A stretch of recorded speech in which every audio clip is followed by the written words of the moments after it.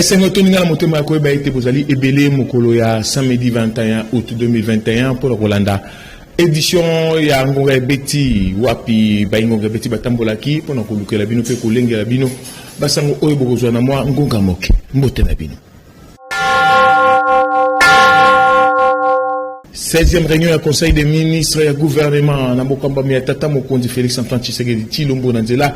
Il y a visioconférence Samakibongo Mokolo ya vendredi 20 août 2021. Wapi na deuxième point balo belagi na o Italie tenu topé Boussalemi ya ba état généraux il y a enseignement supérieur et universitaire na Lubumbashi toujours miwana na etuka il y a Okatanga Kobanda le 6 kino le 10 septembre 2021 pour nakoluka lo ningeni ni bakobongosa qualité et saleli il y a enseignement supérieur na Congo démocratique pour nous assurer avenir Malamo Yabana Bolanda. Compte rendu de la 16e réunion du Conseil des ministres. Point 2. États généraux de l'enseignement supérieur et universitaire. Le ministre de l'enseignement supérieur et universitaire a présenté au Conseil le dossier relatif à l'organisation des États généraux de l'enseignement supérieur et universitaire qui se dérouleront à Lubumbashi du 6 au 10 septembre 2021. La convocation de ces assises, dont les travaux préparatoires ont été bouclés au mois de juillet 2021, a pour objectif de relever, redresser, requalifier et innover le système de l'enseignement supérieur et universitaire en République démocratique du Congo, conformément au pilier 11, axe 51 du programme d'action du gouvernement 2021-2023. De ces assises, les praticiens et partenaires de ces secteurs stratégiques dégageront des options et des recommandations concrètes dont la mise en œuvre permettront au gouvernement de relever les défis qui impactent négativement les systèmes éducatifs congolais, parmi lesquels l'inadéquation entre la formation universitaire et le monde de l'emploi et la difficulté d'entreprendre des recherches axées sur des solutions des problèmes de société. Après débat et délibération, ce dossier a aussi approuvé. Nabokamba Mia prophète Dodo Kamba, basi confession religieuse, bazala ki bongo na conférence de presse na 6 mai monkolo vendredi 20 août 2021 wapi batalisi tinanini bazali bongo na bokiseni ya makanisi na bayi église catholique pe bayi église protestante boyoka porte-parole na bango ozali ko kamba bango tolobi bon prophète Dodo Kamba ndenge apesi ba explication totikali koloba teke to ana kanda awa to koloba kande alite po to kosolola na bandeko na biso sans aucun problème tozali nzoto moko tozobenga yango corps mais soki tozwaki décision ya kosilisa mosala mercredi ezate par rapport ya koloba te babengami epai na président te landa nde na expliqué tozwaki mokano uta mardi na butu po tomonaki ke ezalaki na volonté te ya kobengisa biso po réunion na biso esalamaka boye avant mokolo wana tobengisaka bato tokokuta na lobi na ngonga tere bosala mosala lokola tozwaki lokasa wana te tolobi te statut na biso epesi biso ndingisa biso moko tomikomela mokanda po tomibengisa nde totindelaki bango mikanda po tokuta na mercredi wana tosilisa makambo wana mercredi nde toye tozeli bango baye te toyi bon sikawa tokosala nini mokete batindeli biso lokasa batindeli biso toyi bon tamuso lokasa eza tokenda kokutana bongo tosolola e bongo tosilisa makambo nde toyokanaki te lokasa ye elobi te biso tokokende nanu komona mokonzi ya mboka nde toyebisi bino boyeba yango wana c'est-à-dire bapesi biso mokolo biso tokokutana te boye sikawa baza na volonté te ndenge tolobaki ya kosala mosala nde tosilisi mosala wana po statut na biso ezopesa biso ndingisa ya kosala yango nde tosilisi totie mokolo tokei kozongisa po il n'y avait plus une possibilité ya kokutana lisusu nde tokei kodepose et puis na makambo etali 48 heures boyebaka eloko moko tozoloba na français Ce qui va lobby 48 heures et koloba. Dans 48 heures et koloba, même après 1 minute, aussi ça me sala. Mais bon les qui s'en 48 heures. Donc, tous allez qui n'a qu'à y a délai.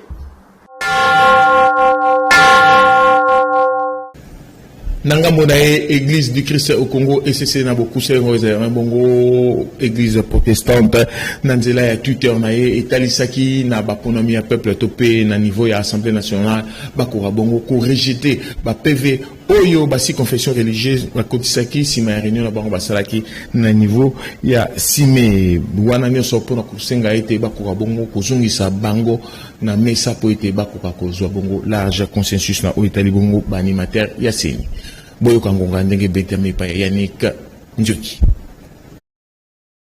Officiellement processus ya boponami ya président ya commission électorale nationale indépendante Senina Mukuse na membre moko ya plénière ezali kaka kosalima te po ete consensus entre les 8 confessions religieuses ezali kozwa makaka te. Wapi 6 kati na bango batalisi uta vendredi 20 août 2021 ete si basilisaki mosala kutu uta mercredi eleki bakendeki kotika PV na bango na bureau ya Assemblée nationale oyo ezali ko désigner ba délégué ya sika ya seni. Likambo oyo ezali ko matisa mafuta makasi epa ba catholique pe ba protestant. Nangamo na bango basengi large consensus pona mokitani ya Corneille Nanga. Na molongo mokonde Église du Christ au Congo ECC na Mukuse bazali kosenga na Assemblée nationale bayeba ko rejeter simplement PV ya 6 confessions religieuses oyo bautaki kokotisa pambate ezangi consensus.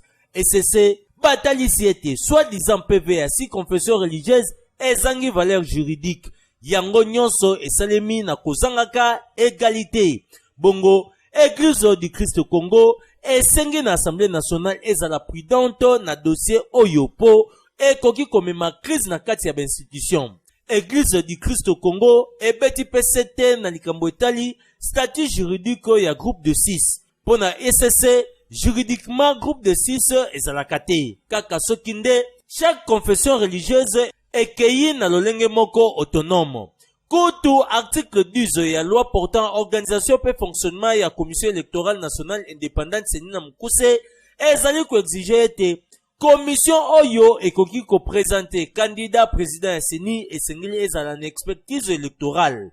Bongo ba confession religieuse mibale ya minene ko le Congo démocratique totangi SCP 5 ba utaki ko saisir chef de l'état Félix Antoine Tshisekedi Tshilombo pona kosenga ye arbitrage ndenge asalaki yango uta tango ba confession religieuse ba ponaka Ronsard Malunda. Kasi groupe de 6 bango balobi toboyi chef de l'état azali na makambo ebele akoki kokota makambo ya ba confession religieuse te. Dodo Kamba oyo azali porte-parole na bango atalisi ete SCP 5 bazali kosala manso pona ko satisfaire mwa groupe ya bato oyo bazali koluka kaka intérêt na bango moko. Ngonga ebeti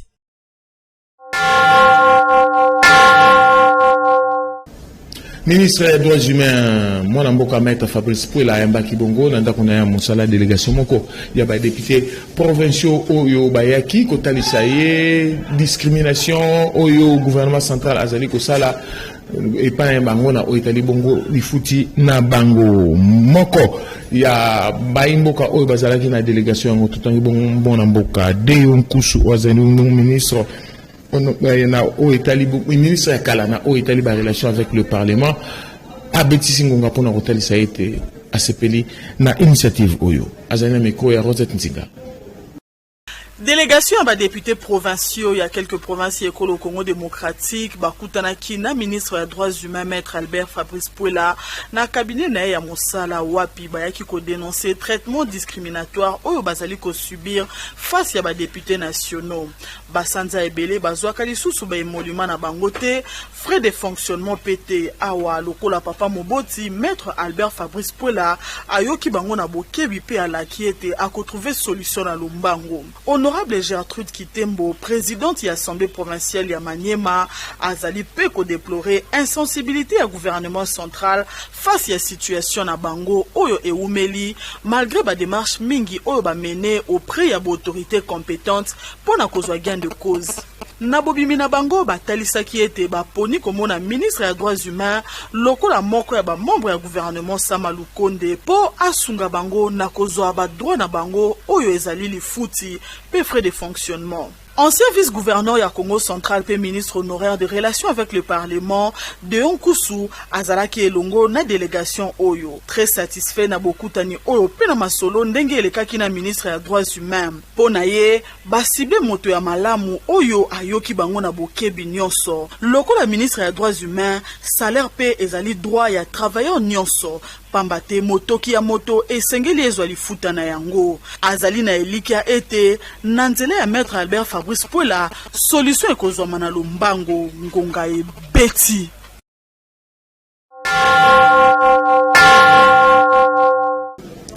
Kaka na oitali bongo activité na kati ya gouvernement esengeli koyeba ete na ngambo ya santé.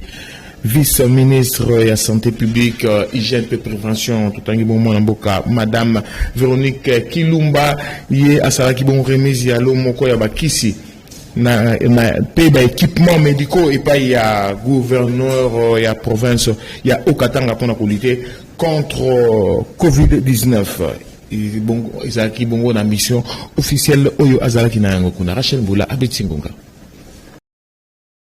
Esika azali na mission de service na Okatanga, vice-ministre de la santé publique, hygiène et prévention, Madame Véronique Kilumba. Wapi ya procédé qui na remise ya lo moko important ya bakisi pe ba équipement médicaux. Wapi ya pesa ki yango na maboko ya gouverneur ya province. O ezali pour la lutter contre COVID-19 nete wana. Na nyonso boyoka ndenge ngonga e petami. Il y a des machines, il y a aussi des concentrateurs d'oxygène, des respirateurs et des médicaments. Et nous avons aussi les équipements de protection individuelle pour les personnels. Et j'ai fait cette remise symbolique au nom du gouvernement à travers notre ministère de la Santé, Hygiène et Prévention qui est dirigé par son Excellence Jean-Jacques Mbungani. Et je vous les remets pour que vous aussi vous puissiez les remettre à qui des droits et que ça soit utilisé vraiment pour essayer de réduire cette pandémie. Ngonga est petit.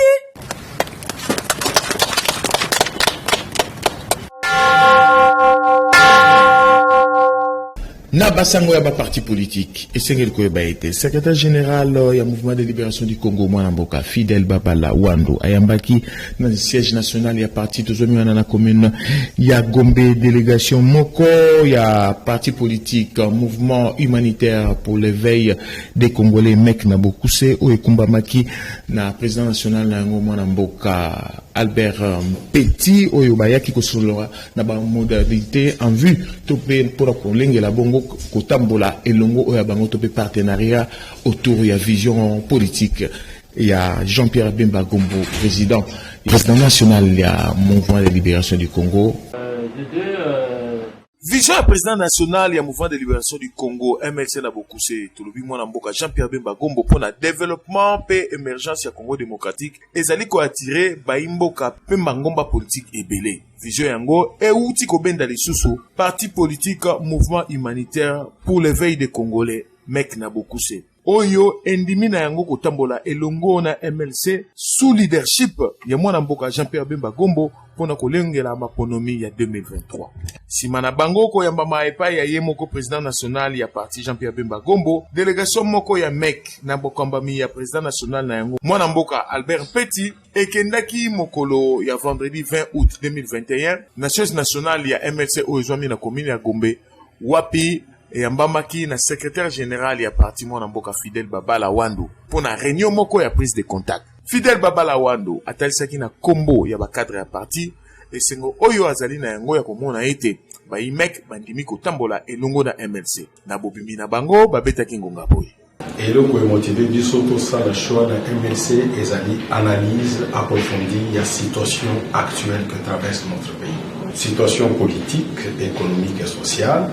Totali que nani ya koki kozala na vision oyo ya kobongisa mboka na biso lelo pelobi. Totali que ezali président Jean-Pierre Bemba, leader ya MLC. Yangwana epesi biso conviction ya koposa na pembeni na ye kosenga ye soki akosepela koyamba biso ya solo ayambaki biso sikawa toye kokutana na moninga na biso secrétaire général ya MLC mpona kopesa bango proposition ya likanisi na biso ndenge nini tokoki kofédérer ensemble autour de la vision ya mokonzi ya MLC Jean-Pierre Bemba Bongo. tosali réunion moko ngai ya demande ya président national ya MLC na ya mabaninga na biso ya MEC totala ndenge nini tokoki kosala elongo na bango mpona kotala ndenge nini makambo mboka na biso kokende malamu mpona lelo mpona lobi mpe lobi ntango toloba lobi eli maponami ekoya na 2023 tolingi tokabola makanisi na baninga na biso ya MEC tolingi mpe toyoka ya bango totala ndenge nini tokosanisa makasi na bango na ya biso totala ndenge nini tokoki koaborder la question autour ya vision ya président national ya MLC Gonga Ebeti.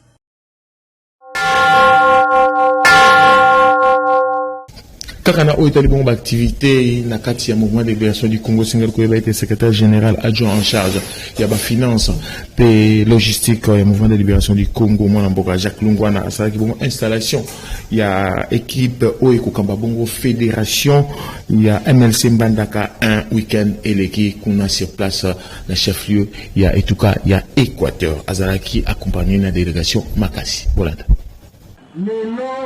Mokonzi ya fédération ya Équateur ezali honorable Faustin Boïka. Désormais fédération à mouvement de libération du Congo Mbandaka 1 et Kokambamana mwana mboka Faustin Boïka, député national élu à Bikoro. Boinde, hiérarchie ya mouvement de libération du Congo est décidée. Pona yango, MLC est dépêché qui sur place na Lombango na Mbandaka mwana mboka Jacques Lungwana, secrétaire général adjoint en charge de la finance et logistique. Oyo azalaki accompagné na délégation moko ya Makasi. Na bokomi na ye week-end eleki ayambamaki Makasi na ba membre ya parti oyo bazwami kuna sur place na Mbandaka. Na bosenga na bango mwana mboka Jacques Lungwana atambolaki makolo tina siège fédéral ya MLC Mbandaka 1. Wapi asalaki installation ya président ya sika ya fédération. Abandaki na ino na ko présenter pa ba membre bongo sima asaki message ko uta na hiérarchie ya MLC. Boyoka ngonga. Ya liboso mokonzi na biso pesa bango mbote mingi. Mbote mingi yebisa bango ke bazali na motema na ngai. Balanda biloba loba ya bato te. Makambo nyonso baza koloba na kombo na ye ezali be lokuta monene. Eza lokuta monene. Asengi na bana ya Mbandaka biso nyonso tu tozala tata bo mama bo mokonzi be nyanyango Jean-Pierre Bemba Bobo. Ngai kombo na ngai honorable Faustin Boïka Moke Isenge. Nazali mwana Mbandaka. Natangaki na collège ya Songa Bianza. Soki lelo nazwaki ye na encadreur mpe nakomi ndenge nazali lelo ezali papa oyo honorable Jacques Lungwana. Gonga Ebeti.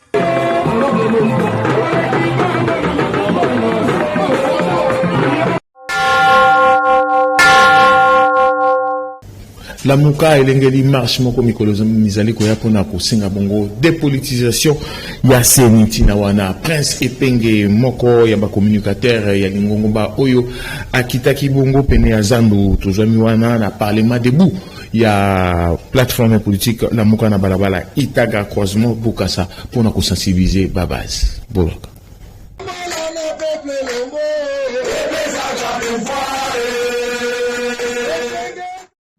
2023 esengeli élection esalema na délai oyo ezali prévu na kati ya constitution ya République démocratique du Congo. Na yango esengeli ko dépolitiser commission électorale nationale indépendante senina mukuse wanande ezali maloba ya Prince Epenge elenge ya nguya oyo amemelaki ba parlementaire debu ya lamuka oyo basanganaka na croisement itaga pe bokasa na zando ya monene. Prince Epenge abakisaki pona koloba ete esengali batikala miso pe mateo ya kofungwama na marche pacifique oyo lamuka ekobengisa mikolo ezali koya pona koloba non na seni politisé yambo ba élection ya 2023 esalema sima nango elenge ya nguya Prince Epenge elongo na bakombata nyonso batambolaki kobanda itaga kino kabamba pona kotalisa force ya bilenge oyo lamuka azali na yango boyo kangonga ndenge betamaki.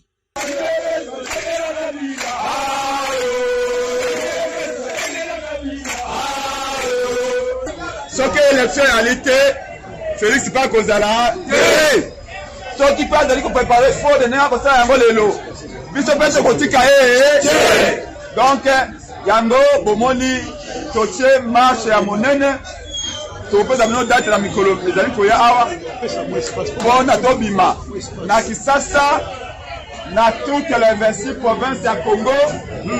Ngonga ebeti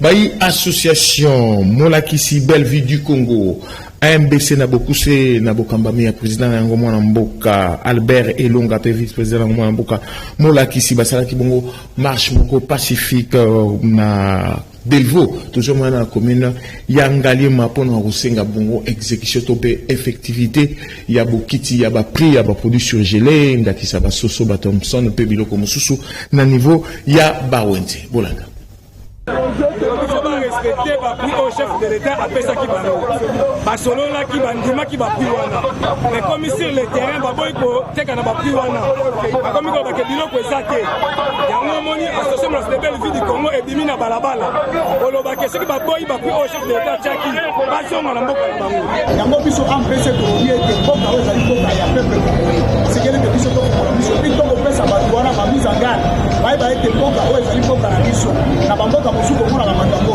préparer ce bokeh na bamboka kwa bakula mona ba problème bote kero wana braza ibana ko ikokonza ke india ko ikokonza te shibande d'abord wana ya mboka yango biso association pour la distribution du Congo ko biboye bato wana esengeli eke ba appliquer ba prix oyo gouvernement apesi ba ko lobela bande ko kwa balibane mboka oyo ezali mboka ba congolais et mboka ya bango te esengeli ba respecter ba mipeko eza na kati ya mboka oyo parce que prix oyo gouvernement apesi bango na ko ebisali na kina bato ba kina réunion wana carton ya soso esengeli teka mara mboka oyo na $15.5 et puis prix wana ezali prix ya bango moko bato bakosali parce que gouvernement ebisali bango ateka na $10 biso kaka na kati ya Congo esengeli bato wana ba respecter ba prix wana ya kokambo ezali ntango bandeko baoke kosomba biloko bakotekela bato kwa ya chambre kwa soso carton moko na $15.5 et puis bato ngo mpe ya kokona biloko bato wana bali korespecte te baplace mosusu okokei okomona bato wana bakoloba boye ono akule eza te soso eza te nyonso wana babombi yango na kati ya bandeko na baboyi koteka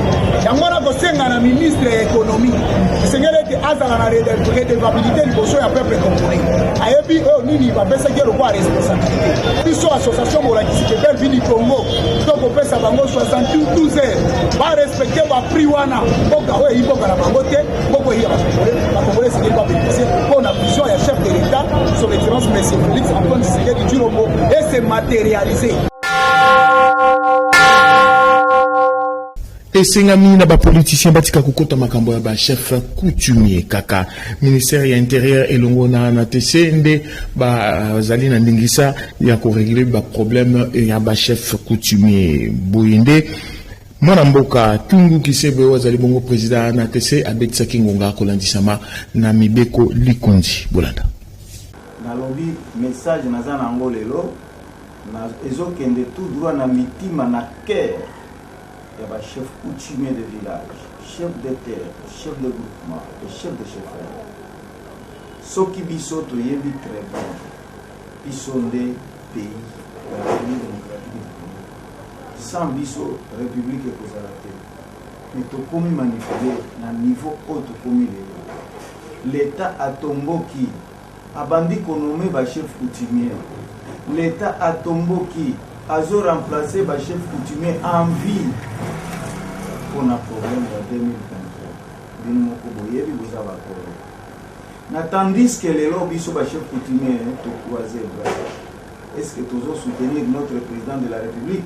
Est-ce qu'il y a aux unions sous bazo sala pour rendre moins populaire il y a ministre de l'Intérieur. Parce que le ministre de l'Intérieur a celle cette fois-ci a pour changer beaucoup de ministres et ils ont laissé le conflit que Nayepe a continué dans le conflit. Et réabisso entourage. Ministre a un problème. Ceux qui ont les entourage en ATC, nous avons le premier entourage en ministre. Ceux qui ont un entourage en Aboy Makambouana, il y a Mabé, ministre a voulu continuer Makambouana Mabé, a voulu demander Makambouana Malam. Voilà, nous sommes aujourd'hui. À Celo, il est là, va changer la coutume. Le quota est possible. Balingi maintenant, pour ça, la biloko bazo sala. Pour bassin, ça touche. Na assez le pas président de la République. Et ça qui nous sala malamonté parce qu'il y a beaucoup de conflits. Mais assez l'eau, azali wana po qui met à chef coutumier eya. Je remercie monsieur le président de la République na action à salaki Tshisekedi de Tshilombo pour supprimer le ministère wana ya affaires coutumier. Mais maintenant ils ont travaillé comment? Kaka bino moko bulobi na 11h na 12h vous changer. Le service courrier, comme ça va service protocole, et opona, pour okutanana mungonzi, bongi sa poche. Awande na jundingisa ya kosubisa édition ya samedi 21 août 2021 ya Ngonga Ebeti. Merci ki ibongo na kupar bola za kisima ya kamera. Montage Simba Maki na mwana mboka Teddy Agwana pe montage final de Simba Maki na mwana mboka Patin Tsumbu. Réalisation Ezaki ya Mike Kamwaka. Bongo régie finale Simba Maki na mwana mboka Soule Mboyo. Mokolo ya dimanche 22 août 2021 na kutana na bino suspend na kopesa bino basango ya motu ya obolandaki na poso tozali kosidisa. Boboto o mabota mabino.